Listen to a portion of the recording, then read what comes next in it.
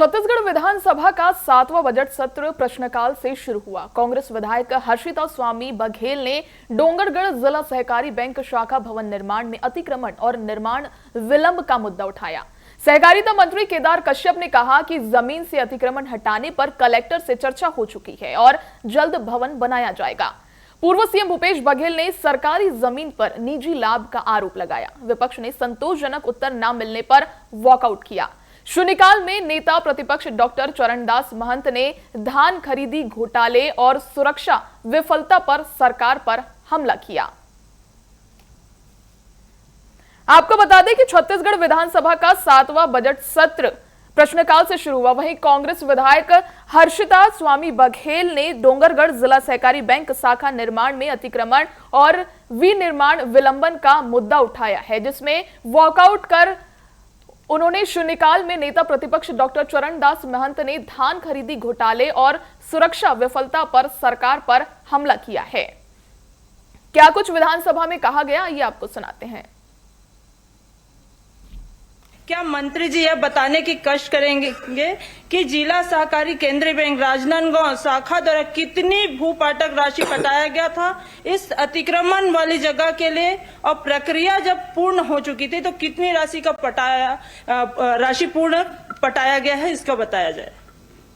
माननीय सभापति महोदय, माननीय सदस्य ने जिला सहकारी केंद्रीय बैंक शाखा डोंगरगढ़ के संदर्भ में जानकारी चाहिए और मैंने उसकी पूरी जानकारी दी। और क्योंकि वो पूरा जो जमीन है वो अतिक्रमण पे है और उसके लिए लगातार अपन पत्राचार कर रहे थे ताकि जमीन को कब्जा से मुक्त किया जाए। वर्तमान में जो जमीन वहां पर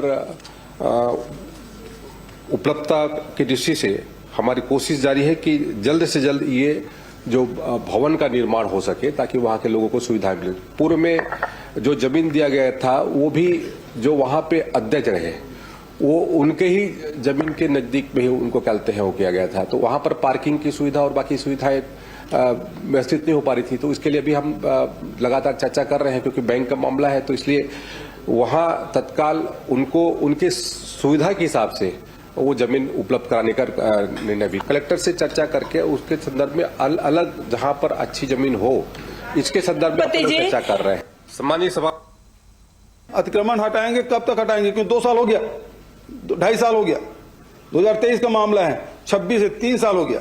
तो आप कब तक के वो अतिक्रमण हटाएंगे? समय कलेक्टर को निर्देश करेंगे कि कलेक्टर को निर्देश भी नहीं कर सकते, जैसे देवांगन जी ने कहा हम कलेक्टर को आदेश नहीं कर सकते। तो यहां उसी प्रकार के आप जवाब देंगे कि आप हटवा रहे हैं, और कब तक हटवाएंगे तिथि बताइए। माननीय सभापति महोदय, तिथि मैं अभी सुनिश्चित नहीं कर सकता, लेकिन जल्द से जल्द हटवाने की। श्री फुलेश्वर सिंह। माननीय अध्यक्ष सभापति महोदय, चूंकि सदन में मामला आया है और अतिक्रमण हटाने की बात है, जहां दूसरे जगह बुलडोजर चलाते हैं यहां कब बुलडोजर भेजेंगे? ये अतिक्रमण कब हटाएंगे?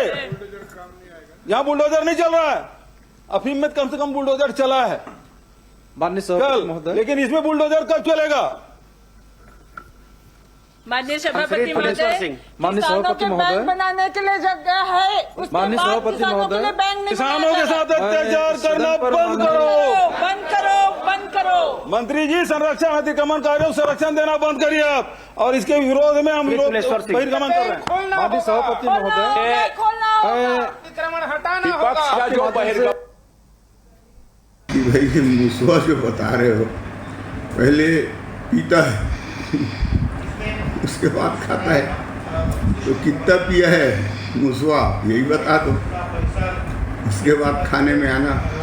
अभी तक तो क्लियर हुआ नहीं है, 30 अप्रैल अभी आया नहीं 26 का, उसके पहले आरोप लगा रहे हैं, जबकि हमारे कार्यकाल में 2% से कम था।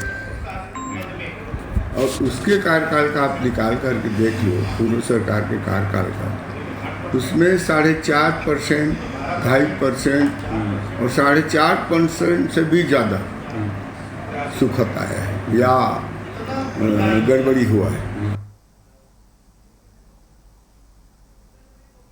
छत्तीसगढ़ विधानसभा का 7वां बजट सत्र प्रश्नकाल से शुरू हुआ। वहीं कांग्रेस विधायक हर्षिता स्वामी ने बघेल ने डोंगरगढ़ जिला सहकारी बैंक शाखा भवन निर्माण में अतिक्रमण और निर्माण विलंबन का मुद्दा उठाया।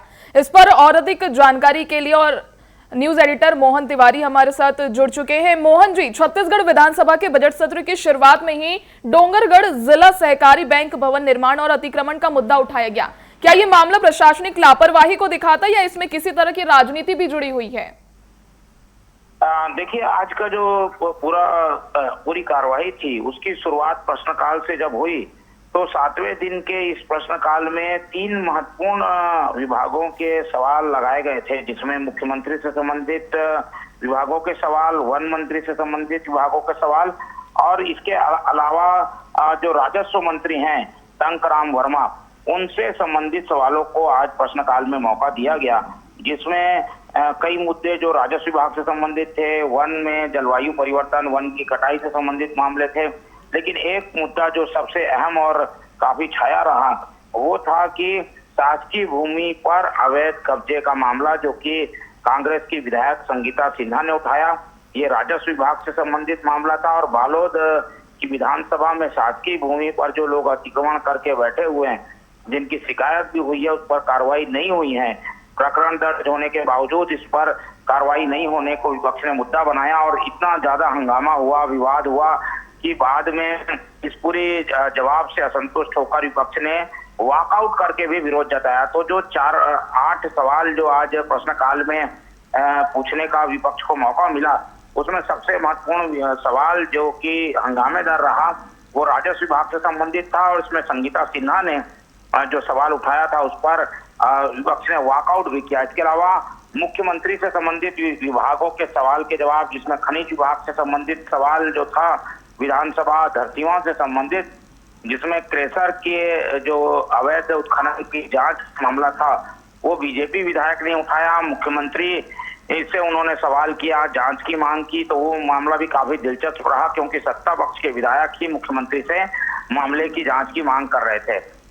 इसके अलावा कुछ वन विभाग से संबंधित मामले थे जो कि चर्चा में रहे, जिन पर मंत्री को घेरने की विपक्ष ने जमकर कोशिश की। तो ये प्रश्नकाल से संबंधित विषय रहे जिस पर आज चर्चा हुई और एक मामला जिसमें वॉकआउट करके भी विपक्ष ने अपना विरोध जताया है।